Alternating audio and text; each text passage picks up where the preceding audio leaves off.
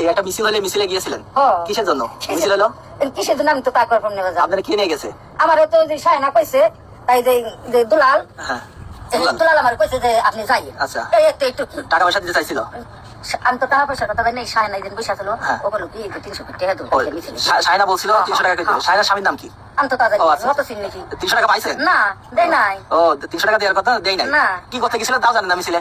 একটু ঘুরে এলাম, এটাই আমি জানি। ও আচ্ছা আচ্ছা ঠিক আছে। জামাতের আমির সে কি ইচ্ছাগতভাবে নারীদেরকে নিয়ে খারাপ মন্তব্য করছে, নাকি হ্যাকাররা হ্যাক করে তার বিরুদ্ধে খারাপ মন্তব্য করছে? এটা নিয়ে সবাই এখন আন্দোলন করতেছেন। আপনারা না জেনে না বুঝে আগে জানেন বুঝেন তারপর আন্দোলন করেন। কিছুদিন পরে নির্বাচন, অথচ কেউ কি চাইব একটা খারাপ মন্তব্য করে তার ভোট কমে যাক, তার জনসংখ্যা কমে যাক? এটা তো যাদের একটু হলো জ্ঞান আছে তারা বুঝবে এই জিনিসটা। আপনারা কেন বুঝতেছেন না? কত বড় বড় চ্যানেল, কত আইডি হ্যাক হয়ে গেছে, আপনারা এটাই বিশ্বাস করেন না।